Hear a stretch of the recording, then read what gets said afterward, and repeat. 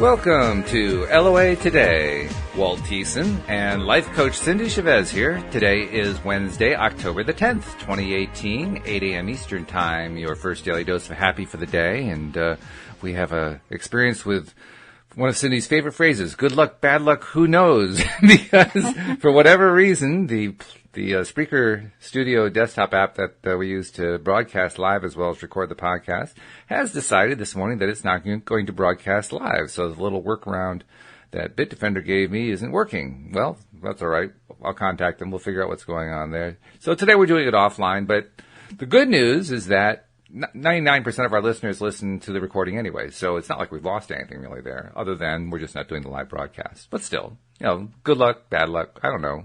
Do you know?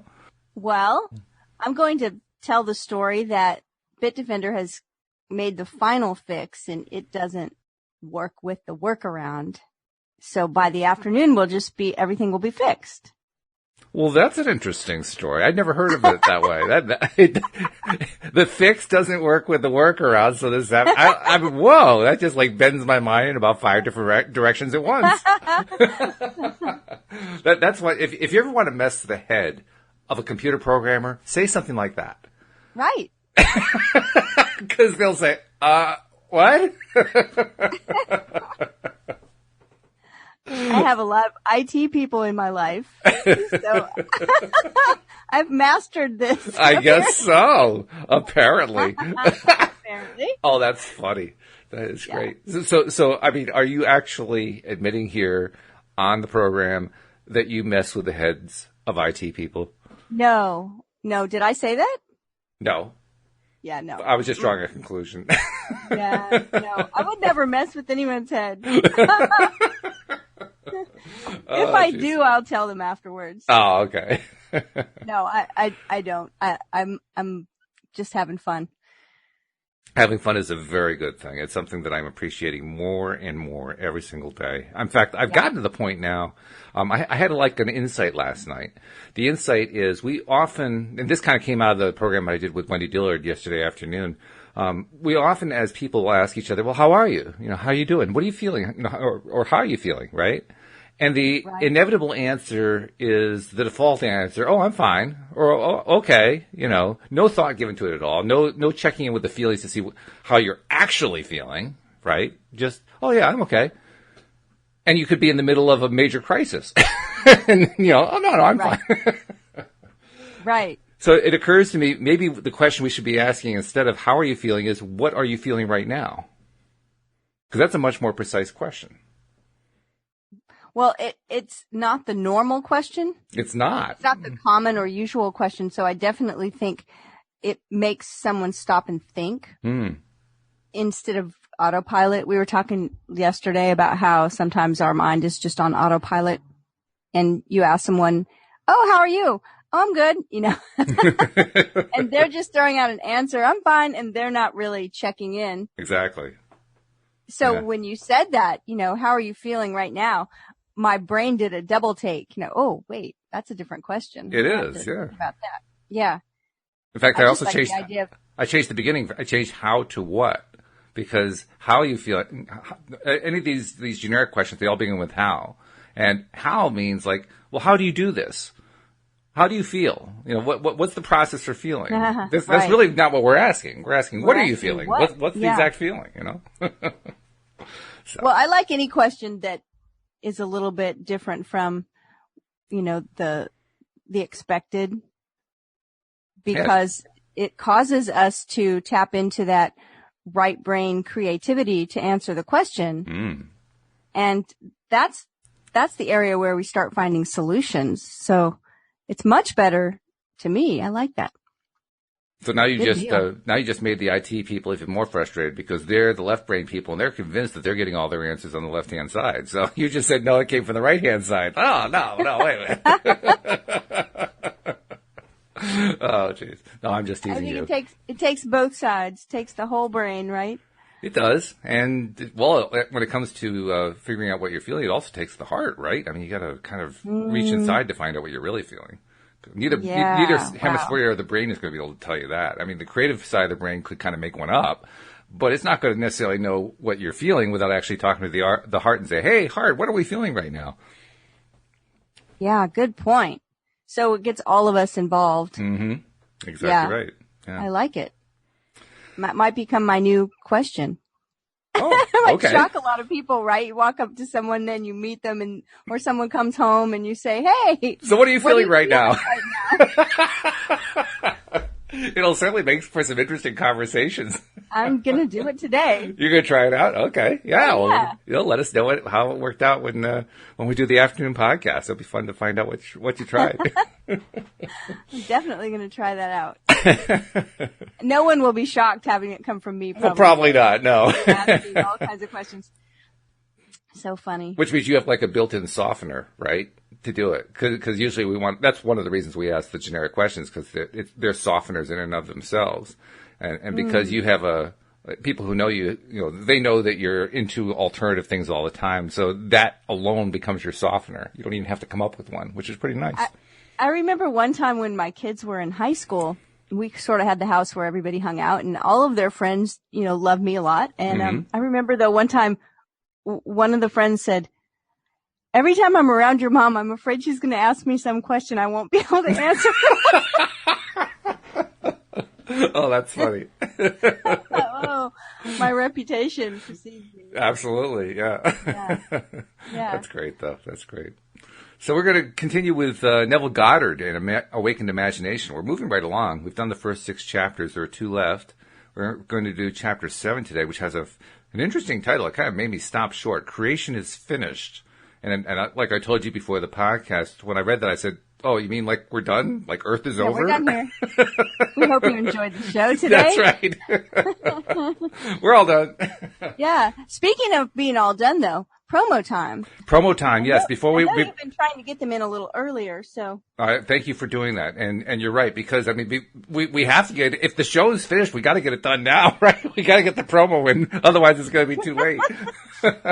But, no, yeah, actually, we do have 2 promos that we do every day. And, of course, the first one is, if you're not yet a subscriber, what are you waiting for? Come on. Join the fun. This is where all the good stuff is happening. This is where you get your daily dose of happy. And that's our goal. That's what we're striving to do with every single show, to help uplift everybody. And in the process, uplift the planet. I mean, that's the long-term goal, to uplift the planet. So become a subscriber so that all 11 episodes that we do every single week come streaming right to your smartphone.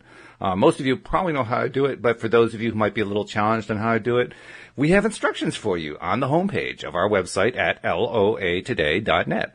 And just go there. You'll see the instructions. It's pretty darn easy, let me tell you. I've made it about as easy as it can be. And then once you do those instructions, boom, you're instantly subscribed. And every single time we have a new episode that comes out, it comes right to your phone, and you can listen to it whenever you're wanting to. And then the second message, of course, is once you're a subscriber, please keep putting the message out, or start putting the message out, depending on what's going on in your particular case, that you're listening to loatoday.net. Because since we've been doing that for the last 3 months, we've been getting a big surge in listenership. And like I said earlier on in this little thing I'm doing here, we want to get the Daily Dose of Happy to the hands and into the minds and hearts of as many people as possible. Because just imagine what happens when the entire planet gets happier every day. It just blows my mind when I think about that. So please keep putting those messages out there. Subscribe and share. And that combination is going to produce amazing results that I think is just going to blow the socks off of everybody. So there's our promos for the day. Yay. Thank you very much. Thank you. Yes. So, Neville Goddard. And And I'm still struggling over that title. Creation is finished. What the heck is going on in that guy's head? What's he talking about? well, what's funny is that when I saw the title, I told you earlier, when I saw it, I got excited. You did, yes. And the reason why is because, and it's funny, yes, I have read this book before. I've read many of Neville's books more than one time. Mm-hmm. But it's been a while, and it's really like a brand new trip through this book to me. So I wasn't, I'm not necessarily always expecting what comes next when we turn the page. And when I saw Creation is Finished, it brought to mind the idea that I think we've discussed before about time not being linear. And about everything already existing, at least in potential. Okay. Like all the different, and the ideas of the, the multiverse, the idea that every potential already exists. I know it's kind of mind-boggling, but if that's true, that time is not linear and that everything is happening now, then everything is finished, right? And I guess it also means that everything's just starting too. Right, exactly. Wow. Yeah, it reminds me of a story that I don't know if I've told before on the podcast, but I'm not going to go into big detail, but about 10 years ago, I was meditating and I decided to go, and I think it's probably when I started this practice, but I decided to go speak with, in my meditation, my future self. And so I went and kind of in my meditation conjured up my future self 10 years in the future and started asking for some advice. So I guess we might say our higher, wiser self, but I was definitely going for me in the future. And I had this meditation and I had this conversation with like future me in my meditation.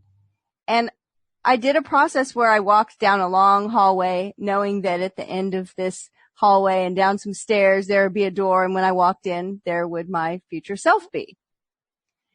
And when I walked in the door, there I was in the future. And I was sitting on this beautiful velvet little sofa that was kind of a magenta color.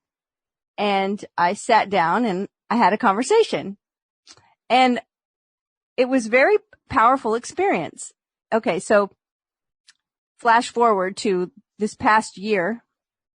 I was working with a coach who was developing some ideas, and she had an idea about future self. Now, this is not an uncommon thing in coaching.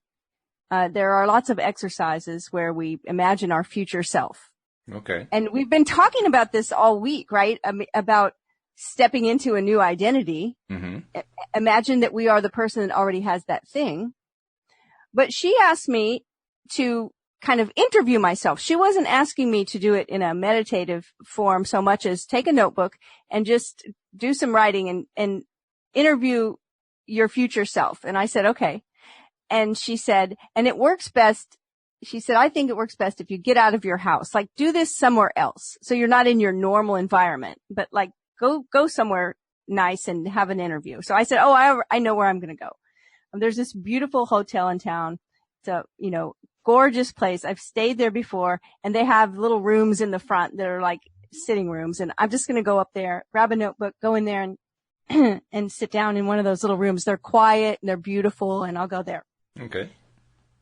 I go there, I grab my notebook. I talk to a few people in the lobby that recognize me because I'm in and out of the restaurant sometimes. And I said, I'm just going to use one of these little rooms. I go into the room, I sit down, I pull my notebook out, take a deep breath, I get a pen, I look down. I'm sitting on a magenta color. I was wondering. Wow. And so I was like, oh my goodness. I mean, it was such a shock at first. I was like, I don't even have words for it. So creation is finished. Everything has already happened. Everything is happening at once. Like you said, if things are already finished, then they're also just beginning. It is mind-boggling to think about. There's only one thing missing from the story. Did your past self show up and sit down and talk to you? Well, I recognize that at the time that I started looking forward and talking, I actually saw someone on a video, and now I can't remember who they were. And I think it was an interview with Oprah, maybe. And they said to her that they would, in their meditation, go back and comfort their younger self. And I about jumped out of the chair because, I'd never heard anybody else say that. And I don't usually talk about it because it seems a little weird, right? So I was like, oh my goodness. Well, then I thought to myself, okay, so 10 years ago, was the first time I ever did that in a meditation. Mm-hmm. And of course, at that time, I wasn't ever reaching back. I was only reaching forward Right. into the future. I mean, the way we see time, right? Mm-hmm. Back into the past, forward into the future. And so now that this time has gone by and I'm here, now I also reach back because remember, I was back there looking for some solace and wisdom. Yeah. So now I reach back in my meditation occasionally to my past self and say, you know, everything's going to be okay. You can believe me. That's wild. That is really wild. Oh my goodness. Yeah. Yeah. So I didn't think I was going to go there this morning, but no, that was great though. I like it. I like stuff where the story is a little bit, woo woo, but it completes the circle. It works from all angles that you look at it. I like that a lot. Yeah. Well, you can count on me for the woo-woo. Well, thank you. We will make you our director of woo-woo here on LOA Today. Awesome. I'm ready for that position. All right. So let's dive in and see what Neville's got to say in chapter 7. Creation is finished. He starts right off with a verse from Ecclesiastes. Of course he does. I am the beginning and the end. There is nothing to come that has not been and is.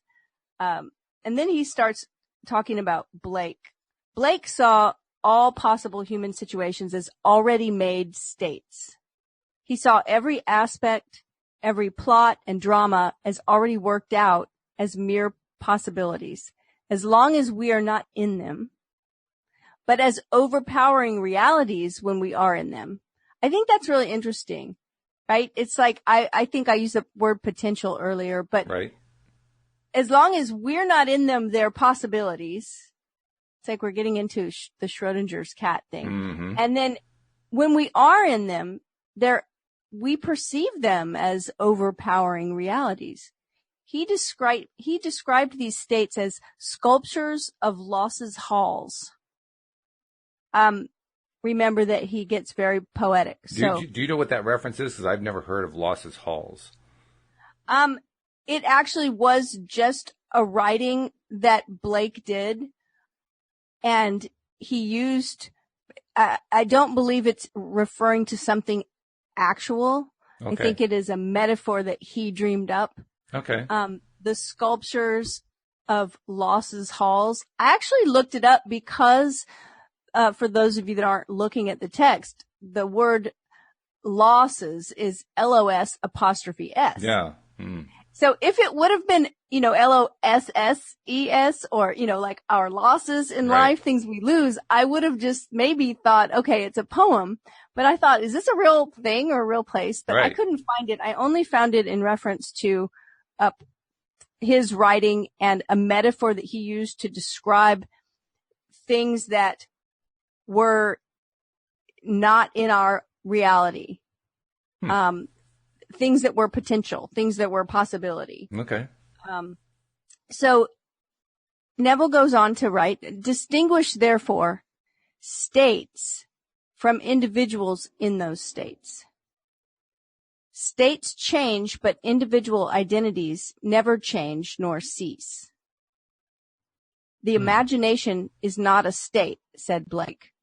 It is the human existence itself. Affection or love becomes a state when divided from imagination. That's quite a phrase right there, that last one. Well, the whole paragraph, I had to think about it a bit.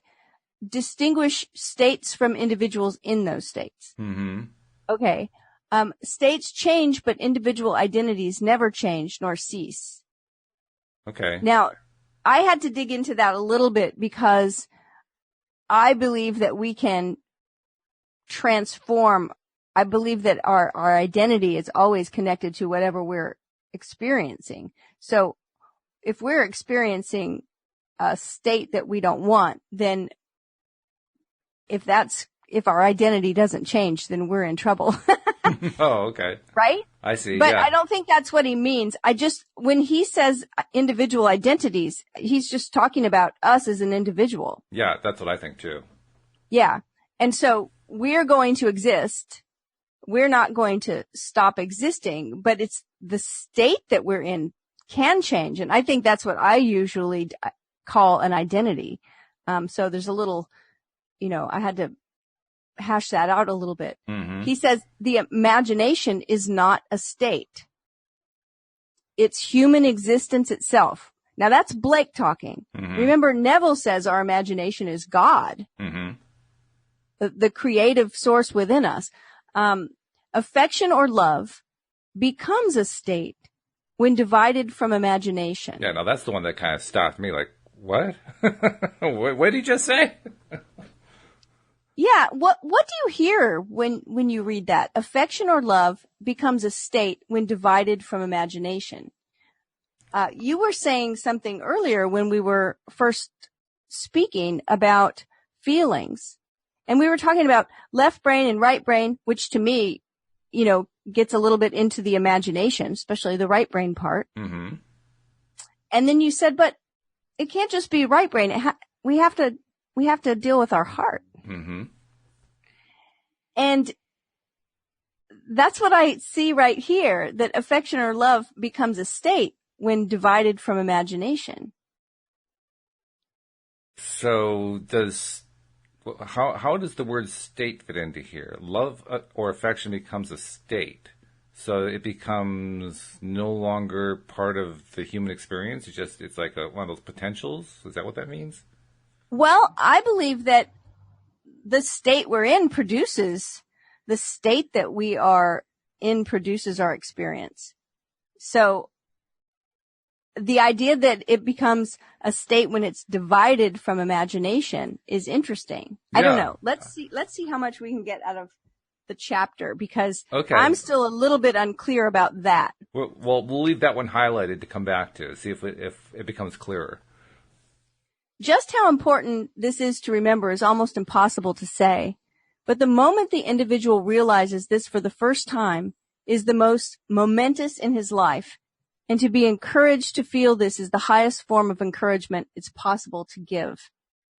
This truth is common to all men, but the consciousness of it, and much more, the self-consciousness of it, is another matter.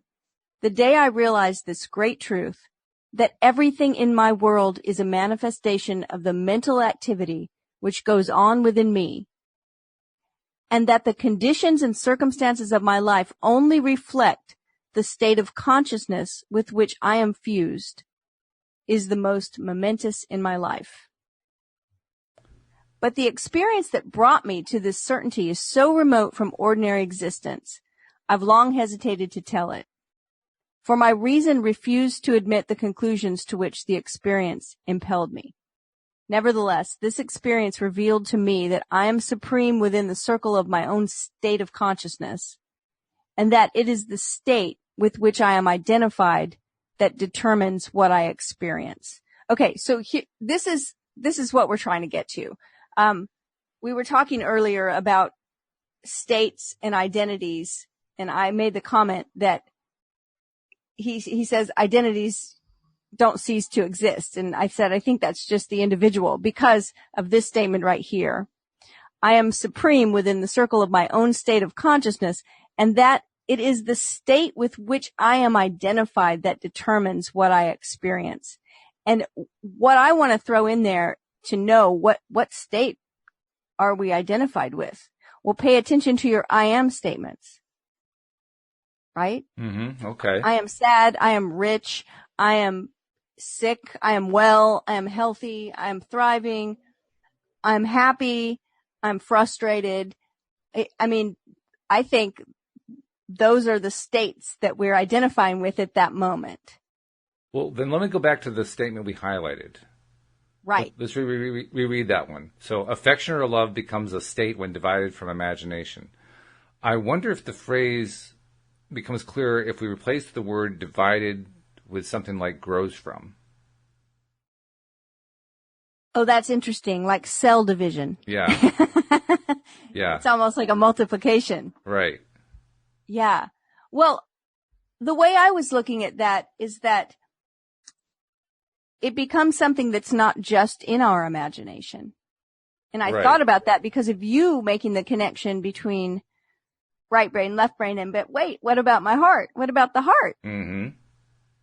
And because love and affection, I thought those are states of the heart.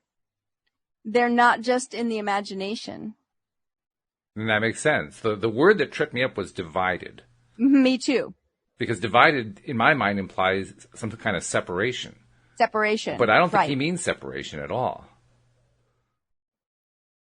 Interesting. Okay, so you're looking at it as though it's an outgrowth. An outgrowth, yeah. Mm-hmm. Which seems like it lines up with what he's saying. In fact, there's another, this is where it's advantageous to be married to a gardener, because dividing and gardening is where you are basically cutting back the stuff that's there so it can become more abundant and you can be used elsewhere. It's like, so dividing multiplies. Right, because you can take, like, I know this, I have an African violet in my office that it became so huge that I had to divide it. I had to open it up and turn it into two plants, so to speak. Mm-hmm. And so it divides and divides. So it's almost like that word is a multiplication. Yeah. He has used gardening metaphors before without stating that they're gardening metaphors. I have a feeling this is a gardening pruning metaphor. shears of... Yeah, exactly. There's an example of it. So we talked about that earlier. So, okay. So I am supreme within the circle of my own state of consciousness, and that is the state with which I am identified that determines what I experience. Therefore, it should be shared with all, for to know this is to become free from the world's greatest tyranny, the belief in a second cause. Okay, now he's lost me again. Okay, so what he's talking about here is that there's no second cause. We are the cause. Our processes in our mind, the thoughts that we're thinking, the story that we're telling, the state which we are identifying ourselves with is what is creating our experience, not some outside cause. So a second cause, replace the word second with outside, and now it makes a lot of sense to me. Yeah. So it's not some other thing that's out there. Right. Okay. Blessed are the pure in heart, for they shall see God. Mm. Blessed are they whose imagination has been so purged of the beliefs in second causes. They know that imagination is all, and all is imagination. Now, that is his sermon on blessed are the pure in heart, for they shall see God. Right. Is that our imagination is so focused, is so clean, is so purged of any belief that some other outside thing is causing anything for us, that we shall see God. We shall know that imagination is everything. Would have been interesting if that was part of the original Beatitudes, actually. that would have brought an entirely different light to the whole thing. Seriously. We don't know, right? Mm. See, I'll go there. Yeah. No, you're right, because what we have is what somebody recorded. We don't know that they got the whole thing. Yeah. So he says, one day I quietly slipped from my apartment in New York City into some remote yesteryear's countryside. As I entered the dining room of a large inn, I became fully conscious. I knew that my physical body was immobilized on my bed back in New York. Interesting. So okay. We should let that sink in for a minute. Yeah. So because this is almost like a dream state that he's describing here. Yeah. Yeah. The first time I ever read that, I was like, what just happened? Because he says one day I quietly slipped from my apartment, and it's okay. All right. So it's like he was describing, what do they call it? An astral travel experience, something like that? Well, he uses this word immobilized, and we've read it before. And when he's giving the instruction about just like, cause your body to be immobilized. And I'm like, it's meditation. Like, just relax. Right, okay. Exactly. Yeah. So he says, yet here I was. Okay, I knew that my physical body was immobilized on my bed back in New York. Yet here I was As awake and as conscious as I've ever been, I intuitively knew that if I could stop the activity of my mind, everything before me would freeze. Ooh. No sooner was the thought born that the urge to try it possessed me. I felt my head tighten, then thicken to a stillness. My attention concentrated into a crystal clear focus, and the waitress walked not. And I looked through the window, and the leaves falling fell not. And the family of 4 eating ate not. And they lifting the food lifted it not. Then my attention relaxed, the tightness eased, and of a sudden all moved onward in their course. The leaves fell, the waitress walked, the family ate. Then I understood Blake's vision of the sculptures of Los's halls. Well, he could have just said everything froze and I would have gotten it. But no, he had to go off on this poetic journey here in order to express it. And I guess there's some value to that. Yeah. Well, I guess there's some value to it because the value is it gave it more meat. I mean, he filled out the details by doing it that way. Yeah. So even though his wording is a little bit, his wording is a little bit convoluted and biblical in the way he writes it, so it could be a little hard to follow. But nevertheless, there's a great deal of value in the detail of it. So I'll give him credit for the detail for sure. And poetry is recognized by a certain part of our brain that processes things a little different. So the value might be even greater than we recognize. Okay. And he uses a lot of poetry. He does. So he says, then I understood Blake's vision of the sculptures of Los's halls. It makes me think we should start reading the sculptures of Los's halls to get the full analogy there. Well, what's interesting to me is when I think about that is sculptures. They are frozen. Oh, that's true. Yeah. They are static. They're still. And he just had this experience where everything stopped. Mm. If he could stop the activity of his mind, I don't know that I could do that. As I was reading this, I was thinking about how well trained Neville's mind was. Well, actually, we all do it. That's what meditation is. When we calm the mind, we're basically stopping all that negative or even just normal chatter going on and just quieting it all down. Well, that's stopping it. It's true that, yes, our mind definitely quiets down when we're meditating, but to use the word stop, that's what kind of... It seems different to you? Yeah, I mean, my mind might stop for a second, but this seemed different. I don't know. Just, if he says if he could stop the activity in his mind, I thought, boy, that's... Well, it is a good skill to have, by the way. I mean, and yes, I do believe we can get there, but once again, I'm recognizing the practice that it takes. Oh yeah, no doubt to be able to have that kind of focus. Mm-hmm. So he says, he quotes then John 4:38. I sent you to reap that whereon you bestowed no labor. Creation is finished. I am the beginning and the end. There is nothing to come that has not been and is. We started with that verse. The world of creation is finished, and its original is within us. We saw it before we set forth and have since been trying to remember it and to activate sections of it. And that sounds like Abraham. Mm. There are infinite views of it. Our task is to get the right view and by determined direction of our attention, make it pass in procession before the inner eye.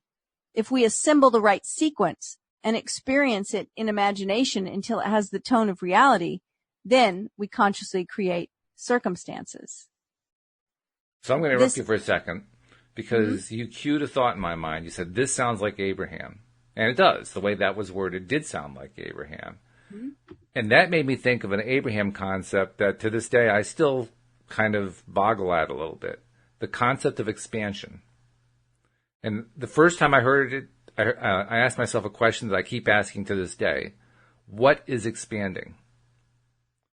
In this case, we're talking about Neville's vision of of the multiverse, as you described it, where Mm-hmm. everything is started, everything is ended, it's all been worked out, every possibility has been worked out, and it's all right there. Okay, if it's all right there, and we are just, jumping in at one point and experiencing it for a while and jumping out, where does expansion come into it? Because if it's already done, what's left to expand? Our experience of it. Maybe that's what it is. Maybe it is the experience. The experience Because is expansion. if it truly is, when we talk about every potential, that's infinite, right? That's mind-boggling. To think of and I've thought about this before in any given situation, right? Like, there's another reality. There's a parallel universe where everything about this podcast is exactly the way it is, except one slight thing. And another one where there's another slight thing different, goes on forever. I think the expansion is us. It's an expanded consciousness. It's that we expand our awareness of the possibilities and the potential. And in doing that, we experience more things. So our experience expands as well. Well, that's an interesting explanation. And it's the most coherent one I've ever heard since I first heard from Abraham that we are here for expansion. That's the best one I've ever heard. That it makes sense. It holds together. I'm not sure I'm totally bought into it yet, but at least I have an answer that I can say, yes, that sounds like a good answer. I always thought of, when I would hear that, I would think of that it's nature's nature, excuse me, if you will, to expand, right? I mean, like anybody that gardens knows that. And that we also have that in our nature, being part of nature, is that we want to expand. We want to grow. We want to accumulate things. We want to accumulate knowledge. We want to learn more, experience more, have more, be more, do more, whatever. That's the way I looked at it. But it was a great question that you asked. I had to think about it. It's like, well, if everything's already created, what do we do with the concept of expansion? Yeah. How does that fit in? I think that's how it fits in. That makes more sense to me now, that it is our consciousness that expands. And I can see he's alluding to the word that you came up with in the next paragraph. So let's do the next paragraph. Let's see where we are. Okay. The inner procession is the activity of imagination that must be consciously directed. We, by a series of mental transformations, become aware of increasing portions of that which already is, and by matching our own mental activity to that portion of creation which we desire to experience, we activate it, resurrect it, and give it life. Now, here's what's interesting. We've been talking about the sculptures in Losses halls, and the sculptures are not alive. They are just a picture of something. And so now we're talking about activating it and resurrecting it, even giving it life and creating, bringing it to life. This experience of mine not only shows the world as a manifestation of the mental activity of the individual observer, but it also reveals our course of time as jumps of attention between eternal moments. An infinite abyss separates any two moments of ours. We, by the movements of our attention, give life to the sculptures of Losses halls. Okay, so let me ask another question here. If this scenario we've painted here is true, then what is the role of deliberate creation in this whole metaphor, in this whole system that we're describing here? Because once again, if everything is all created, it's all every possibility has already been worked out, and there's a beginning, there's an end. It's all in one instant in time. There's no actual time. It's all simultaneous. If all of that is true, where does new creation come from? Or where does it fit in, rather? Where does new creation fit in? Because that's what we're doing as deliberate creators. We're creating. We're choosing. Are we choosing or are we creating? I think we're choosing because I think that all of the potentials already exist. So we're choosing what we want to experience. And we call that creating consciously. We're creating an experience. We're creating where we're sending our awareness. That's what I think. You may have a different or better explanation for that, but I think that if it's already done, then our part of being conscious about it is the most important part, because we're not just allowing, when we're not conscious, it has that sense of the second cause. Something else is causing all of it. I'm just going with the flow. Yeah, no, I hear what you're saying. And I think there's validity to what you're saying. Let me see if I can put into words what I'm thinking. We've described a scenario where everything that could possibly be already is in all these different multiverse type situations. Okay, so they're all there. Along comes a creator, one of us, okay? And we enter life, we enter the contrast, and we start creating. And as you're using the word creating, what we're really doing is choosing. What if you could enter that, and I know this is going to sound really mind-boggling, but what if you can enter that scenario and create something new and thereby increase what was already infinite? Then that will be expansion. That would be expansion. That's exactly what I thought. So expansion may be, as strange as this sounds, increasing infinity. Wow. Well, it's interesting because we think of infinity. Is infinite, is it time? Is it space? Is it both? I don't know. Because if everything happens at once, and I'm picturing that I'm here and I'm going to walk over there, then me here and me over there are both happening at the same time. But I don't experience that way because I have to move my body over there through space, which takes time. And so I have an experience of time being linear. Mm-hmm.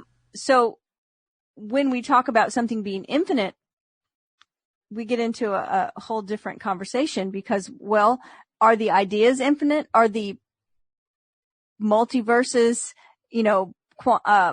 parallel experiences, are they infinite already, or can we add to them with our imagination? I don't know. Or to put it another way, is infinity a limit?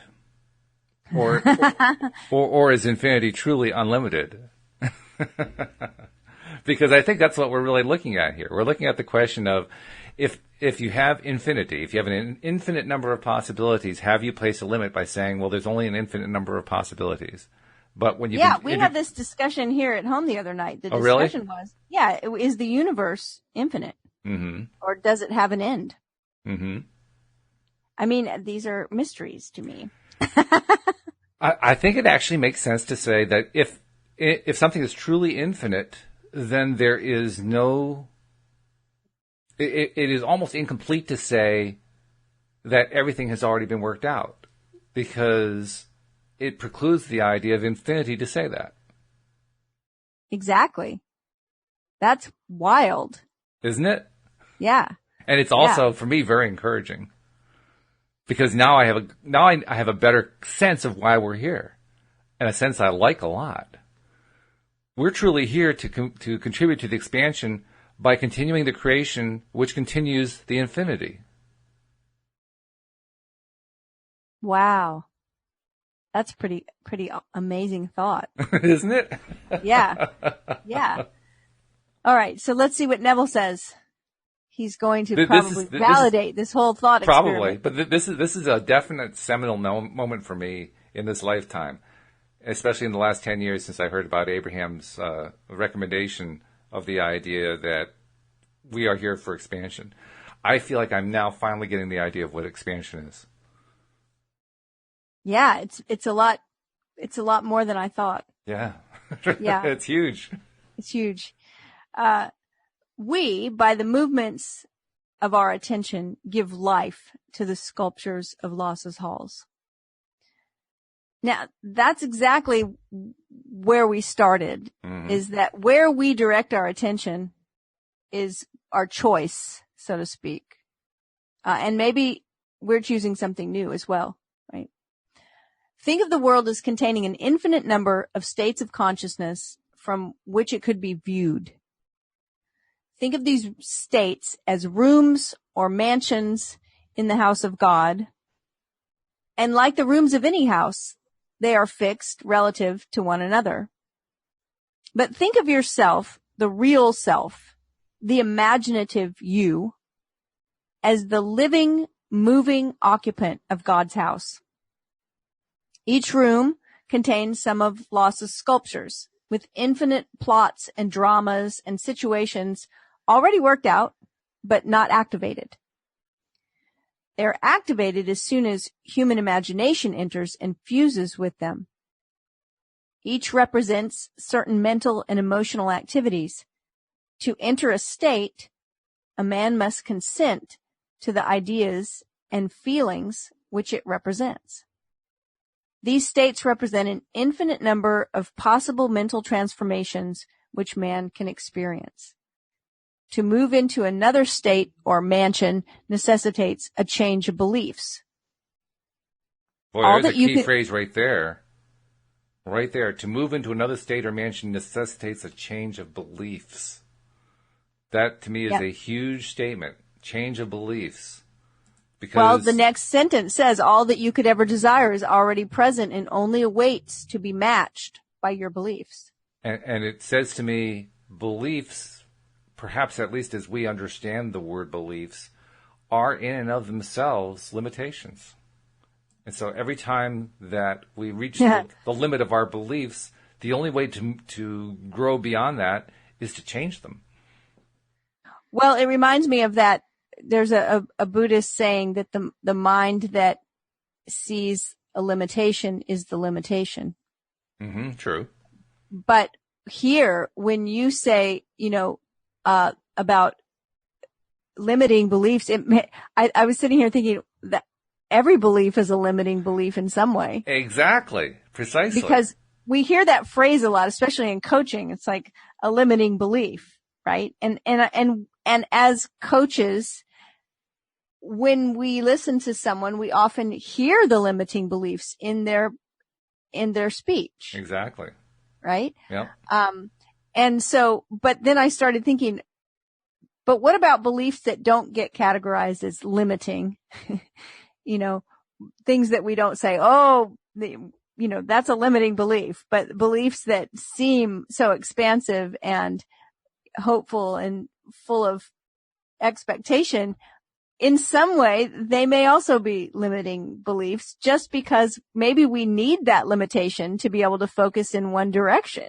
Well, yeah, look how much we had to stumble through our exploration of what expansion is by trying to understand infinity and where does limit fit into infinity. I mean, that was such a mental gymnastics routine that it's exhausting. Beliefs are a nice, easy way to be able to handle all that stuff because they do have a limit built in. Right. So all that we could ever desire is already there. Yeah. It's just waiting to be matched by our beliefs. And when we match our beliefs, then we can fuse to that state and experience whatever that is, right? We bring it to life. It says, but it must be matched, for that is the necessary condition by which alone it can be activated and objectified. Matching the beliefs of a state is the seeking that finds, the knocking to which it is opened, the asking that receives. Go in and possess the land. So here's an interesting concept. Let's see what you think of it. One of the objects of life is to move from belief to belief in a way that helps us enjoy the journey the most, and therefore not to be stuck in any one particular belief. Right. I agree. And that's something that is hard for me to put into words, but I remember having that kind of revelation about belief. about beliefs being something we could choose. Mm-hmm. That we're not born with beliefs. We're often taught a bunch of beliefs when we're younger, but there's nothing that says, well, that's what I was taught growing up. That's what I have to believe. We get to choose our beliefs. And I'm not just talking about religious beliefs. I'm talking about belief in general. Mm-hmm. I get to choose what I believe. That's right. And that is so empowering to me, is that all my beliefs are a choice. And more than that, you don't want to just make one choice. I mean, we human beings tend to take a belief and stick with it, right? Right. It's often called conservative. That's it's a conservative approach. It's like we'll just look at it this far because that's safe, you know? Right. Well, at some point, this is easy for anybody that's learned about law of attraction.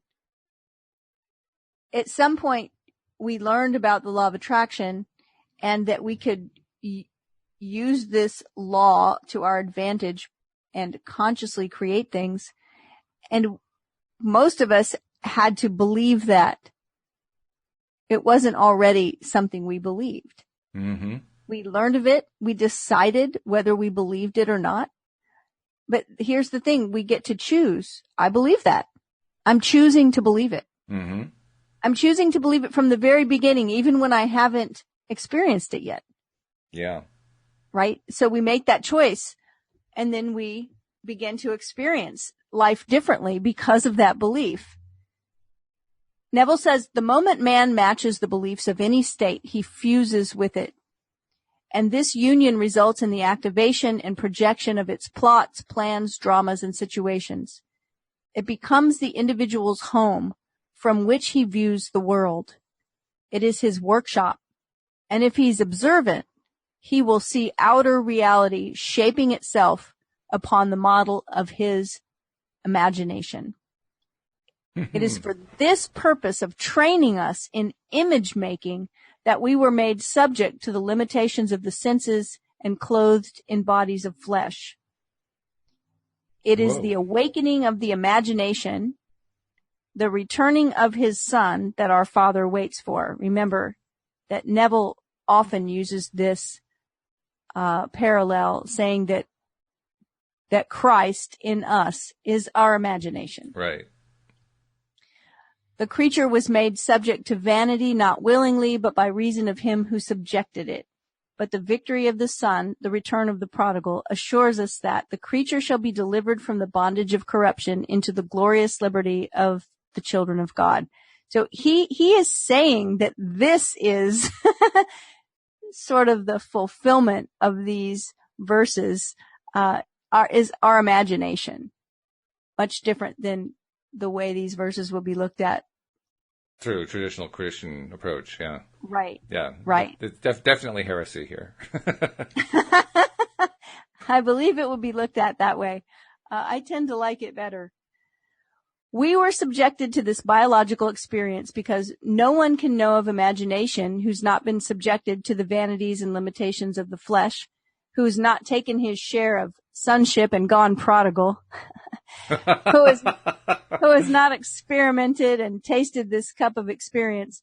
And confusion will continue until man awakes and a fundamentally imaginative view of life has been reestablished and acknowledged as basic. So he's got two different uses of the word son going there because he has son capitalized too. So like you were talking about before, he's got three of them going on here. One is the sonship and gone prodigal, so the story of the prodigal son. Mm-hmm. The second is what we were talking about before of Son and the Christ within idea. Right. The Son and the Father. And the third, well, yeah, I guess the second and third are pretty much the same, although they are expressed a little bit differently. The third is sons or children of God. And the sons or children of God, I guess that's also imagination. Yes. I agree that is what he is saying. So basically what we have here is a cosmic joke.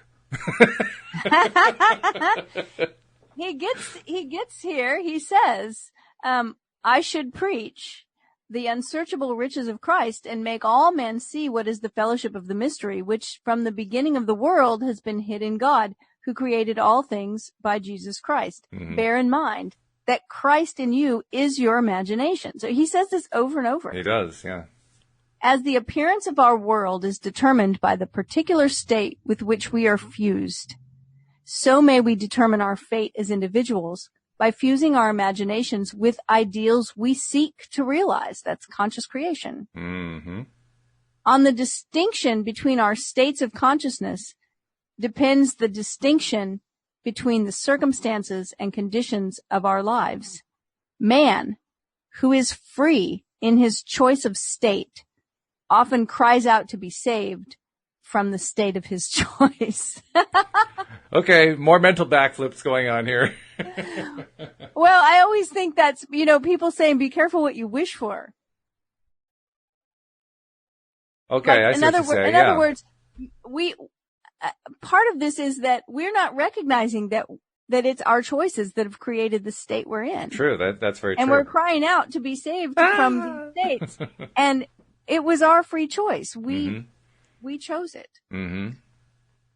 So he says, choose wisely the state that you will serve. All states are lifeless until imagination fuses with them. All things, when they are admitted, are made manifest by the light. For everything that is made manifest is light, and ye are the light of the world, by which those ideas to which you have consented are made manifest. Hold fast to your ideal. Nothing can take it from you but your imagination. Don't think of your ideal. Think from it. It's only ideals from which you think that are ever realized.